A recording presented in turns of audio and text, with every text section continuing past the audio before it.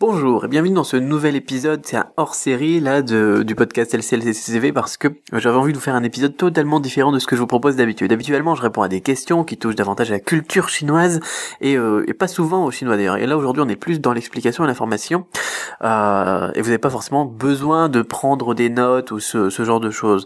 Aujourd'hui je vous propose un nouveau type de contenu où je vous donne un vrai plan d'action pour booster votre apprentissage du chinois ou vous lancer si vous n'avez pas encore franchi le pas. Un petit peu comme je faisais avant en vidéo sur les fiches pratiques. Je sais que vous adoriez ça. J'en avais fait à peu près 60 ou 70 des fiches pratiques et ça avait eu beaucoup de succès. Là j'ai envie de relancer un petit truc comme ça et voilà. Alors je vais appeler ça on va appeler ça un hors-série. Voilà pour l'instant pour le premier. En tout cas on verra ce que je ferai après. Mais j'avais envie d'en refaire un et de vous proposer quelque chose donc avec une petite méthode pas à pas avec des petites astuces. Alors dans ce nouveau podcast, on va passer tout de suite dans le vif du sujet. Dans ce nouveau podcast, je voudrais vous donner le plan de travail exact que j'ai créé et donné à un ami pour réaliser l'objectif annoncé dans le titre. Donc 120 expressions en chinois en 6 semaines à raison de 15 minutes par jour. Pour être plus précis, donc cet ami Julien, bon voilà, cet ami m'a contacté récemment en me disant qu'il devait se rendre en Chine pour la première fois dans 2 mois et m'a demandé de le conseiller sur quoi apprendre dans ce petit court laps de temps pour être capable de se débrouiller et de communiquer correctement avec les Chinois. Parce que souvent c'est lorsqu'on se dit tiens je vais y aller maintenant ça va se faire qu'on se dit oui mais merde quoi c'est dans 2 mois et comment est-ce que mais zut mais c'est dans 2 mois et comment est-ce que je vais faire si je veux échanger, si j'ai un problème, si je veux me présenter, etc. Alors je lui ai donné 2 choses. Je lui ai donné un kit de survie en chinois et un plan de travail en 8 étapes. Pour le kit de survie, pour le kit de survie, je vous expliquerai comment l'obtenir vous aussi donc à la fin de ce podcast avec une petite surprise en plus. Mais dans l'épisode d'aujourd'hui, je voulais donc partager avec vous ce plan de travail donc en 8 étapes. Parce que cette formule a tellement bien fonctionné pour lui qu'il a pu remplir son objectif en seulement 5 semaines, je crois. 5 ou 6 semaines, donc 2 semaines où il peut mieux se concentrer sur son voyage. D'ailleurs, les 2 dernières semaines, il n'y a pas vraiment beaucoup de temps pour faire du chinois. Il a pu donc passer les semaines suivantes donc à perfectionner donc ça et surtout donc préparer le voyage et étoffer un petit peu ce qu'il avait appris avec le kit de survie pour les choses qui le concernaient lui plus précisément. Alors ça c'est quelque chose que j'avais déjà évoqué aussi dans une autre vidéo précédente, d'apprendre le vocabulaire ensuite une fois qu'on a des bases, d'apprendre le vocabulaire qui nous concerne nous pour avoir quelque chose de vraiment efficace. Mais bon, c'est un peu difficile à compter comme ça, mais avec l'élan et la régularité qu'il a su garder jusqu'à son départ, il estimait avoir appris en tout entre 150 et 160 expressions en chinois. Le kit de survie, je sais pas si vous l'avez vu, j'ai sorti un livre et tout ça. Le kit de survie, c'est à peu près 110, 120 expressions. Et donc là, il était à 150, 160, donc entré dans son logiciel de répétition espacée, là, Anki. Alors, précision importante, quand je dis qu'il a appris, ici, ça veut dire que c'est parfaitement maîtrisé. Il le connaît vraiment par cœur. Alors, la prononciation n'est peut-être pas exactement, complètement parfaite, mais il connaît ses phrases par cœur, il les connaît, il les maîtrise, quoi, voilà. Alors, pour ma part, j'ai maintenant pris l'habitude de suivre un petit peu cette formule en 8 étapes avant de commencer l'apprentissage d'une nouvelle langue étrangère. Vous savez que j'aime bien et toujours à toucher à des nouvelles langues et tout ça. Donc je vous ai déjà parlé du japonais, du russe, du tagalog, l'espagnol j'ai mis de côté. Ça me passionne pas plus que ça pour l'instant. Voilà vraiment. Et pour avoir testé d'autres approches, j'ai pas réussi à avoir de meilleurs résultats qu'avec le petit plan de travail dont je vous parle aujourd'hui. Voilà, j'ai acheté plein de trucs en plus dernièrement sur le chinois et sur d'autres. J'ai acheté plein de trucs, le Becherel, j'ai acheté des méthodes, le livre bleu aussi pour le chinois, etc. que j'essaie d'appliquer ensuite à d'autres langues, mais c'est pas terrible. Enfin bon.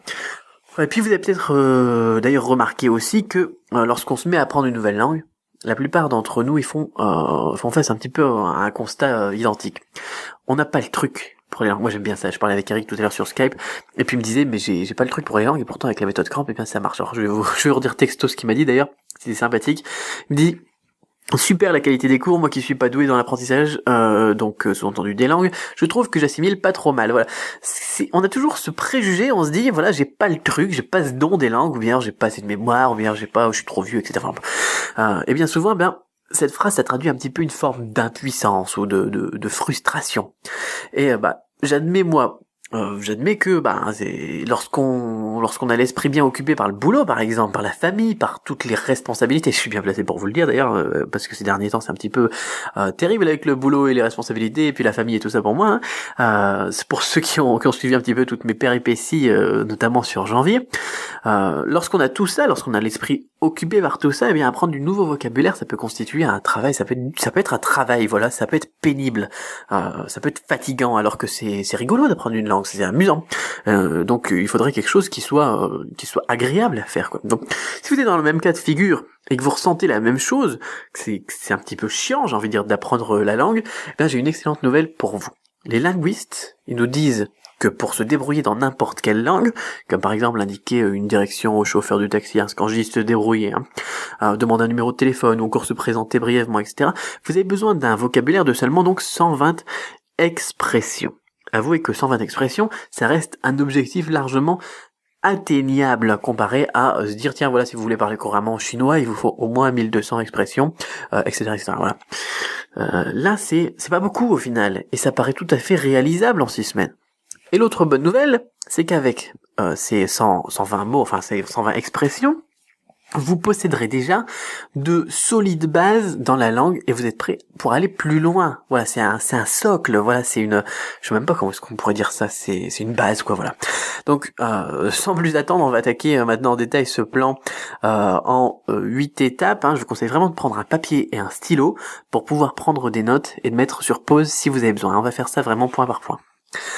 Premier point, il vous faut un objectif réaliste et atteignable. Voilà. Alors pour dire les choses clairement, ici, fixer un objectif, c'est très simple et c'est à la portée de tout le monde. Mais rester consistant pour remplir cet objectif, ça devient déjà beaucoup plus difficile.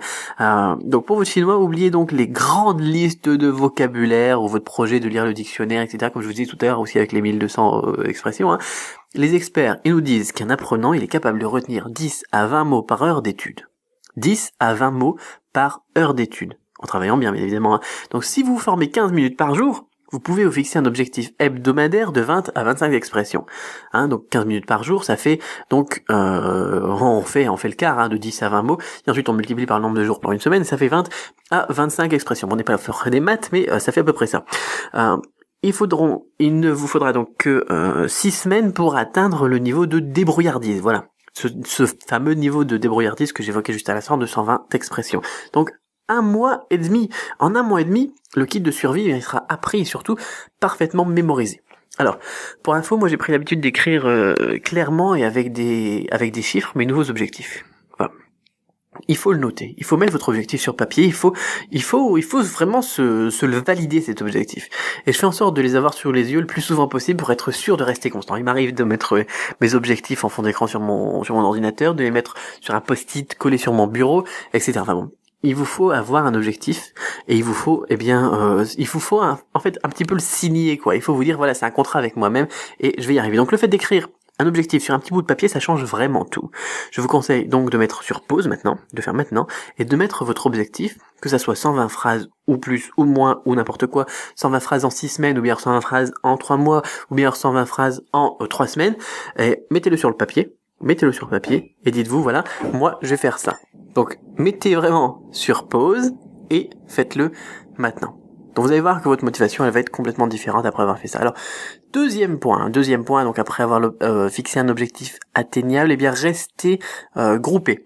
S'il y a bien un truc que je déteste dans les langues, c'est les méthodes à un mot par jour. Voilà, le truc un mot par jour, c'est souvent un truc c'est complètement bordélique et tous les jours on vous donne un mot qui a aucun rapport avec le mot de la veille. Donc ça a l'air sympathique ces méthodes à première vue, mais en fait c'est complètement contre-productif. Pourquoi ? Je vais vous l'expliquer. Hein. Beaucoup de méthodes elles vous proposent en fait d'apprendre une liste de mots comme ça, désordonnés, tels que enveloppe le premier jour, fatigué le deuxième jour, janvier le troisième jour, recevoir le quatrième jour, oignon le cinquième jour. Mais le désordre, au final, le cerveau il déteste ça. Donc peut-être que ça va marcher, ou peut-être que ça va marcher un petit peu au début, mais au final, si vous groupez pas les choses, les mots de vocabulaire que vous apprenez par thématique, eh bien vous allez apprendre de manière moins efficace que si vous les appreniez en regroupement par thématique. Voilà. Concentrez-vous sur une thématique par semaine. Votre esprit va grouper automatiquement les mots de la même famille ensemble, et du coup, comme ça, en faisant comme ça, en procédant de la sorte, eh bien, vous allez lui faciliter le travail. Vous pouvez par exemple utiliser le mind mapping, les cartes heuristiques pour organiser vos révisions. Donc si vous savez pas encore ce que c'est que le mind mapping, eh bien je vous recommande un excellent livre qui est très simple à lire d'ailleurs sur le sujet, mais aussi sur la mémorisation et l'amélioration des performances de votre cerveau. En l'occurrence, c'est Une tête bien faite de Tony Buzan, Buzan. C'est un excellent livre. Donc voilà, on va retenir donc dans deuxième point que je bégaye maintenant. Alors deuxième point, donc rester groupé, travailler donc par thématique. Notez ça d'ailleurs si vous prenez des notes, ce que j'espère d'ailleurs, donc de travailler par thématique. Troisième point, il faut éviter les contraires. Si vous suivez l'étape donc numéro 2 à la lettre ici, il pourrait vous sembler logique d'apprendre ensemble les contraires comme chaud ou froid, chaud et froid, cher et bon marché, mais en fait c'est pas très recommandé. En effet, lorsque le cerveau il apprend des mots trop proches l'un de l'autre, il va avoir tendance à les mélanger. Alors, qu'est-ce que j'entends par là? C'est-à-dire qu'à la base c'est des antonymes, c'est des mots contraires, mais pour votre cerveau, quand il va les apprendre comme si c'était des synonymes.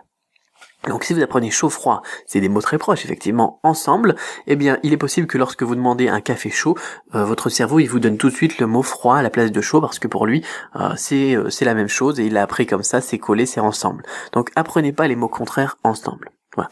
Petite astuce, prenez le terme le plus fréquent en premier, c'est mieux. Par exemple entre cher et bon marché, souvent c'est cher qu'on utilise le plus. Et au pire on peut dire pas cher si on veut dire bon marché.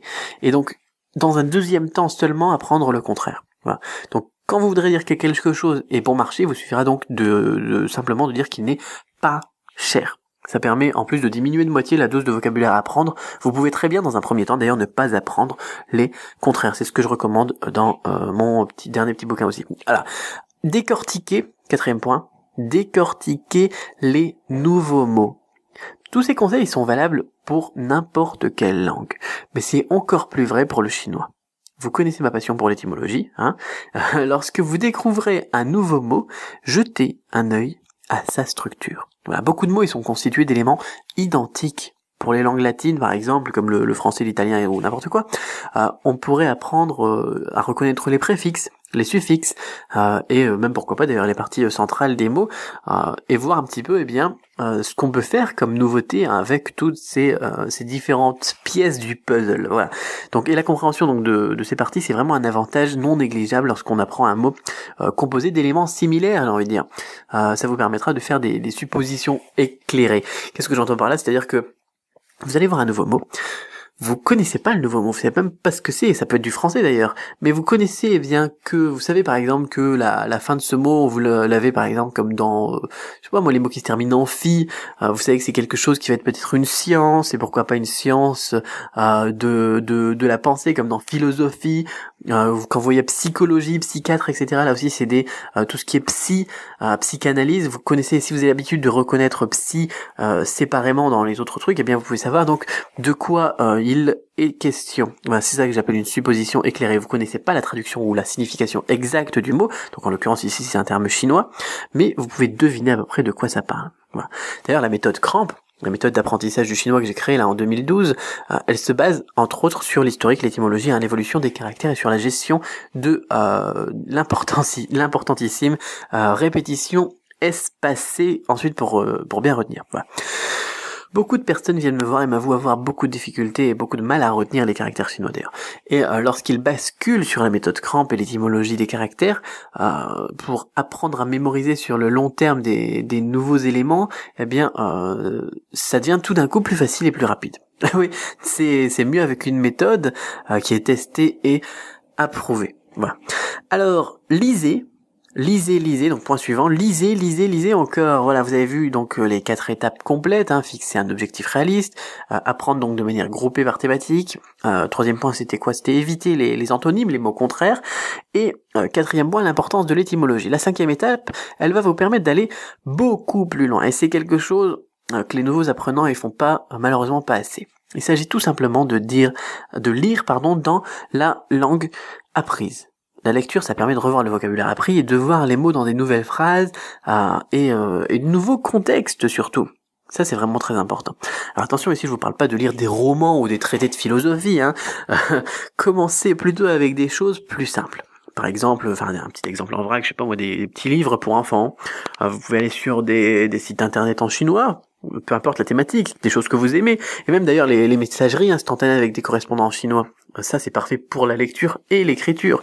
Il existe aussi des livres qui sont spécifiquement conçus pour les apprenants en langue et qui sont présentés de manière évolutive en fonction des niveaux. On a aussi d'ailleurs la méthode de Joël Bellassène qui était pas trop mal là-dessus sur ce concept, c'était le truc boule de neige, voilà, sur le principe boule de neige. Une autre bonne source de lecture, c'est aussi la publicité ou les menus. D'ailleurs, les menus c'est génial aussi dans un restaurant par exemple. Ça utilise, la publicité aussi, ça utilise du vocabulaire qui est courant, qui est court, qui est familier. Voilà. Étape suivante dans ce fameux plan, visualiser. J'ai parlé de la visualisation par le passé, et c'est dans ce genre de situation donc que cette technique est très très efficace. C'est la plus efficace. Voilà, on a vraiment donc visualisation, répétition espacée pour bosser du vocabulaire, c'est génial. Même dans le sport de haut niveau moderne, la visualisation c'est un outil indispensable aux athlètes. On sort du domaine des langues là juste quelques secondes, mais le principe il s'applique à n'importe quel domaine. J'avais vu par exemple avec Yoni avec qui on blogue de temps en temps sur son site Kung Fu Tradition, il avait relayé une expérience intéressante au sujet de la visualisation dans laquelle les sportifs avaient augmenté la puissance du biceps de 13,5% simplement avec un travail de visualisation intense chaque jour pendant 2 semaines. La visualisation, ça de toute façon ça crée des places dans votre cerveau. Tout simplement. Lorsque j'étais dans le même principe, lorsque j'étais étudiant, j'étais lycéen, dans le cours de SVT, dans le manuel de SVT, il expliquait aussi les gens qui réfléchissaient, qui s'imaginaient en train de faire des exercices avec leurs mains pendant 1 heure par jour, eh bien la place des neurones occupés par les neurones dans leur cerveau, elle grossissait, rien qu'en ayant visualisé eh bien le fait de faire de l'exercice. C'est-à-dire que vous pouvez par exemple augmenter votre force donc physique, rien qu'en faisant ça. Et ça marche aussi donc pour apprendre du vocabulaire. Lorsque vous imaginez que vous allez utiliser un nouveau vocabulaire, eh bien votre cerveau il va tout simplement faire des connexions de neurones et accrocher les nouvelles connaissances à des connaissances que vous avez déjà pour faire comme si en fait vous étiez en train de l'utiliser et c'est comme si vous pratiquiez. Voilà, parce qu'il y a des gens qui me disent oui mais je peux pas pratiquer le chinois. Eh bien rien que le fait de visualiser c'est une sorte de pratique. Bon, il y a rien de magique là-dedans, La visualisation seule c'est absolument pas suffisant à une bonne performance. Je vous dis pas arrêtez de pratiquer et faites que de la visualisation, ou bien arrêtez de faire du sport et faites que de la visualisation, mais cette façon de travailler c'est vraiment un complément parfait et puissant pour progresser. Puis comme ça vous fait des anecdotes supplémentaires à raconter dimanche au repas de famille. Alors donc c'est pourquoi je vous recommande en l'occurrence la visualisation, et je la recommande vraiment à tous mes étudiants. Associez simplement les nouveaux termes à des images amusantes, à des sentiments. Imaginez-vous dans une situation en train d'utiliser le nouveau vocabulaire, autant de façons vraiment d'utiliser la visualisation. Donc n'hésitez pas, c'est associer, visualiser, association, visualisation, c'est vraiment quelque chose qui est surpuissant. Apprenez des morceaux de phrases. Voilà, point suivant dans le plan que j'utilise, que je recommande et que je mets en pratique d'ailleurs maintenant pour toutes les langues, et je vais sortir des petits bouquins surtout, c'est travailler avec des morceaux de phrases. Cette astuce, elle m'a été confirmée récemment par un ami à Hong Kong qui parlait déjà mandarin et qui a entrepris de se mettre au cantonais. Plutôt que de suivre une méthode à base de listes de vocabulaire, il a utilisé un système où il apprenait uniquement que les structures de phrases les plus basiques et surtout les plus utilisées dans cette langue. Résultat, ses progrès ils ont été super rapides, puisqu'il pouvait communiquer correctement après une 20aine de jours, et puis surtout, il n'a jamais eu à apprendre de vocabulaire sous forme de liste, parce que moi, franchement c'est pas marrant, franchement apprendre des vocabulaires sous forme de liste, c'est comme retourner au collège ou au lycée, c'est vraiment pas marrant. Il a appris seulement les structures les plus courantes et puis bien évidemment fait beaucoup de pratiques sur place. Bon, il avait une base de mandarin, il avait une base de mandarin, mais 20 jours seulement pour passer d'un dialecte à l'autre, c'est tout simplement fantastique. Moi, pour passer au dialecte mandarin vers le dialecte du Guyanghua, Donc ça c'était en mars 2009, en janvier à mars 2009 je crois, quand j'étais donc j'ai vécu à Guyane pour la première fois pendant quelques mois. Il m'avait fallu 3 mois à peu près pour passer d'un dialecte à l'autre. Avec des astuces comme ça, comme je vous présente aujourd'hui, eh bien les personnes à qui je recommande ça, vous vous rendez compte, on gagne plus de 60% du temps, quoi. On économise, on est plus de 3 fois plus productif. 20 jours par rapport à 3 mois. Et pourtant, bon, moi, je suis quelqu'un de passionné, hein, vous le savez. Mais c'est un truc de fou, quoi. Quand je vois des gens qui font mieux que moi, je ne peux qu'améliorer mes petits conseils, mes petites recettes. Donc, ce plan vraiment que je vous présente aujourd'hui, c'est vraiment un truc qu'il faut, n'hésitez pas d'ailleurs à revenir sur le podcast, etc. Lorsque vous apprenez une nouvelle langue ou que vous avez un doute sur la façon de procéder, parce que c'est vraiment, c'est de l'or en barre, j'ai envie de dire, voilà. Alors, pour revenir sur les morceaux de phrases, le linguiste Michael Lewis, il encourage également aussi l'apprentissage des langues par morceaux. Donc il faut le savoir, je sais pas si vous le connaissez, Michael Lewis, mais bon. C'est-à-dire que plutôt que d'apprendre donc du vocabulaire, je me répète, hein, il faut apprendre des phrases ou des expressions. Une bonne partie des conversations du quotidien, d'ailleurs, elle implique des phrases courantes et prévisibles. On dit pas tourner, on n'apprend pas le vocabulaire tourner gauche, droite, c'est tourner à gauche, tourner à droite. C'est des morceaux de phrases, c'est pas des mots séparés qui ont aucun sens, aucun lien entre eux. Tourner à gauche, tourner à droite, juste 1 minute, ou ravi de vous rencontrer. Tout ça, c'est des petites expressions qui sont toujours accrochées, qui sont tellement prévisibles et tellement logiques à apprendre ensemble que si vous le faites pas, au final, vous perdez en efficacité. Voilà. Alors, en mémorisant donc ces phrases ou expressions, vous aurez une base toute prête pour vos dialogues. Je suis en train de penser à mes dialectes encore, sans le stress d'avoir à construire donc vos phrases, sans avoir à réfléchir à la grammaire aussi, parce que vous l'avez déjà la structure. Vous n'êtes pas obligé de vous dire tiens voilà comment est-ce que je vais construire ma phrase. Vous reprenez une structure que vous connaissez, vous changez pourquoi pas un terme de vocabulaire, hop, c'est parti. C'est dans la poche. Point suivant, eh bien réviser régulièrement. Voilà, je reviens là par contre sur un truc énorme et vraiment super important, c'est la répétition espacée. Donc le plus important et le plus difficile, c'est de garder à l'esprit que le vocabulaire que vous avez appris hier, donc que vous avez appris dans le passé, doit avoir une place plus forte que le vocabulaire que vous apprenez aujourd'hui. Donc doit avoir une place plus forte que le nouveau vocabulaire. Donc je répète ça parce que c'est vraiment très très important, vous pouvez le noter aussi, n'oubliez pas, j'espère que vous avez pris des notes tout le long, surtout que je parle vite en plus. Mettez sur pause à chaque fois quand il y a besoin, ou bien réécoutez le podcast 3 fois. Le plus important, c'est de garder à l'esprit que le vocabulaire appris hier doit avoir une place plus forte que le vocabulaire appris aujourd'hui. Si vous avez appris des tas de termes et des tas de termes et des tas de termes, vous en apprenez des tas et des tas et des tas tous les jours, mais que vous oubliez tout le lendemain, au final ça sert à rien. Vous n'êtes pas efficace. Vous pouvez pas vous dire, voilà, j'ai appris aujourd'hui 10 nouveaux mots de vocabulaire. Oui, mais alors, et les 110 que vous avez appris avant, je les ai oubliés. Non? Donc du coup, vous n'avez pas appris 120 mots de vocabulaire, vous avez appris que 10 mots que vous connaissez aujourd'hui et que vous aurez oubliés demain. Donc ça marche pas comme ça. Il faut vraiment travailler, l'objectif c'est vraiment de transférer les connaissances que vous avez acquises sur le court terme vers le long terme. Donc pour ça, il est essentiel de revoir, réutiliser, répéter les mots que vous avez appris donc par le passé. Et pour ça, je vous renvoie vraiment à la méthode de la répétition espacée. La répétition espacée que vous associez à la visualisation, qu'on a évoqué 1.6 tout à l'heure, pour enraciner, vraiment accrocher et graver les trucs dans votre cerveau. Les mots de vocabulaire et qui partent plus jamais. Voilà. Donc la répétition espacée, c'est quoi? Si vous me suivez pas depuis un moment, parce que j'en parle souvent quand même, mais je vais le rappeler très vite fait, la répétition espacée, le principe c'est de réviser avant d'avoir oublié. C'est-à-dire que plutôt que de réviser tous les jours pendant 5 jours et ensuite d'oublier après 3 mois, c'est de réviser une fois après 2 jours, et ensuite on va retenir pendant 4-5 jours, de réviser le 5e jour, et ensuite on va retenir un petit peu plus longtemps, etc. Et le cerveau il marche comme ça. S'il y a de la répétition qui se fait et de plus en plus longue, le cerveau il va retenir de plus en plus longtemps. Voilà, c'est vraiment important. On n'a pas besoin de réviser tous les termes tous les jours. On n'a pas besoin non plus. On doit pas non plus trop espacer les révisions. On doit y aller donc en faisant des révisions de plus en plus espacées pour pouvoir être le plus efficace. Alors, pour préciser tout ça, n'hésitez pas à rechercher un répétition espacée ou SRS en anglais si vous lisez l'anglais pour un petit peu revoir ce que c'est le principe de la répétition espacée. Alors, pour récapituler la formule donc en 8 étapes pour booster votre chinois. Premier point, fixer un objectif réaliste. Deuxième point, apprendre donc de manière groupée. Troisième point, éviter les contraires. Quatrième point, importance de l'étymologie et de la construction, donc des caractères en l'occurrence. Point suivant, donc 5e point, étoffer vos connaissances grâce aux lectures ou aux médias, hein, les films et les chansons, ça peut aider aussi beaucoup. 6e point, la visualisation association. 7e point, structure de base, apprendre des morceaux de phrases, apprendre des expressions.